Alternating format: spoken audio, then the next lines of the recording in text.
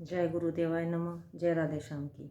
आज हम आपको सुख सागर से छठे स्कंद का तीसरा अध्याय सुनाएंगे। यम और यम के दूतों का परस्पर संवाद तथा यमदेव द्वारा नाम महात्मा वर्णन।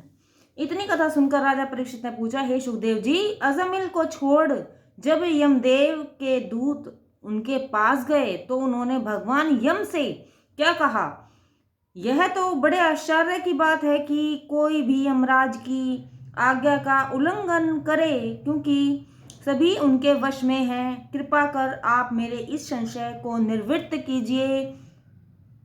श्री सुखदेव जी बोले, हे राजा परीक्षित, जब महात्मा यम के दूत अजमिल को छोड़ खाली हाथ उनके पास पहुंचे, तब विष्णु की पार्षदों की महत्वपूर्ण वार्ता कहकर अपना शोभ भी प्रकट किया कि आपके प्रबंध में विष्णु जी के पार्षदों ने हस्तक्षेप किया।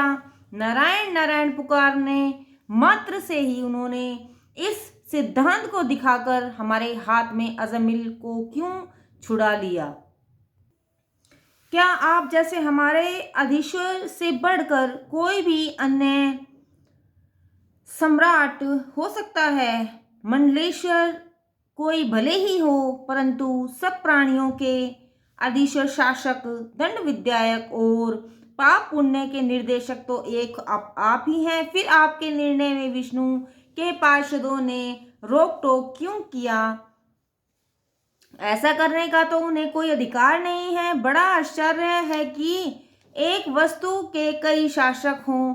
हम तो यह जानते थे कि मृत्यु के एकमात्र अधीश्वर आप ही हैं, जो इस संयम मणिपुरी में निवास करते हैं। परंतु अब तो यह ज्ञात होता है कि दंड के और भी कई शासक हैं। तब तो इस व्यवस्था में बड़ी अनबन होगी और हमारी समझ में नहीं आता कि आपके इस विधान में विष्णु आदि बीच में कहाँ से आ गए। श्री सुखदेव जी कहते हैं कि अपने दूतों की ऐसी बात सुनकर श्री यमदेव के नेत्र बंद कर श्री विष्णु जी का ध्यान किया और तब उनसे कहा, हे दूतों, तुम लोग नहीं जानते, संसार के अधीश्वर मैं नहीं, कोई और ही है। मैं तो क्या है, ये ब्रह्मा, विष्णु और महेश भी उसी के अंशभूत हैं। उसी शक्ति से ये लोग संसार की रचना, पालन और संहार करते हैं। मैं तो क्या, कोई भी चाहे वह इंद्र, वरुण, कुबेर, शिव, सिद्ध, लोकपाल और मारीची आदि ऋषि जो सृष्टि रचना में सहायक भी हुए हैं, वे भी उनकी माया को नहीं जान सकते। फिर दूसरे क्या जानेंगे? यद्यपि मैं अंतर्यामी सबके हृदय में वे वास करते हैं, तथापि कोई उन्हें मन, वाणी और इंद्रियों के द्वारा जान नहीं सकता, क्योंकि वे हम सभी के स्वामी हैं और किसी के वश में नहीं रहते।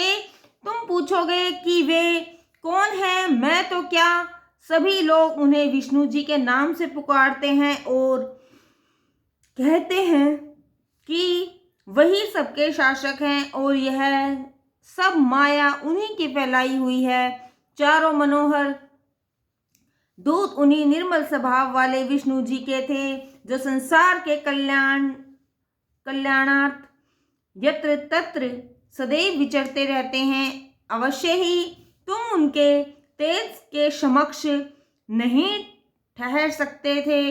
इस पर तुम लोग कुछ भी आश्चर्य ना करो कि उन्होंने अजमिल की क्यों सहायता की।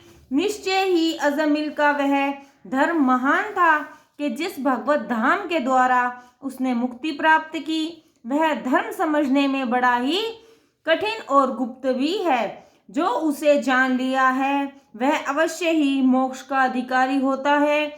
उसी को संसार में भगवत राम का कीर्तन करना कहते हैं और भगवान में भक्ति का हो जाना ही भगवत धर्म है। ऐसे भगवत प्रेमी को हमारा दंड नहीं मिलता, क्योंकि विष्णु भगवान की कीर्तन से उनके पाप नष्ट हुए रहते हैं। हे दूतों, ऐसे जो प्राणी हो अब उनके निकट तुम लोग मत जाना, क्योंकि वे विष्णु जी की गदा से सर्वथा ही सुरक्षित हैं। उन्हें दंडित करने को की हमारी शक्ति नहीं है, काल उनका कुछ नहीं कर सकता। तुम लोग उन्हीं को लाओ जो अभक्त हैं। हम प्रार्थना करेंगे कि भगवान तुम्हारे द्वारा हुए हमारे इस अपराध को क्षमा करे। दूतों ने हाथ जोड़कर यमदेव को सिर नवाया और इस प्रकार उनकी आज्ञा प्राप्त कर अपनी शंकाएं समाधान की।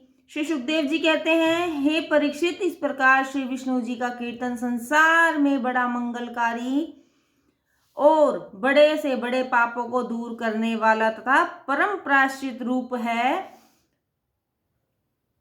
जो भगवान विष्णु रूप श्री कृष्ण जी के चरणों में इस प्रकार प्रेम करता है, वह माया के गुणों से तत्काल ही मुक्त हो जाया करता है। जय गुरुदेवाय नमः। जय राधे श्याम की।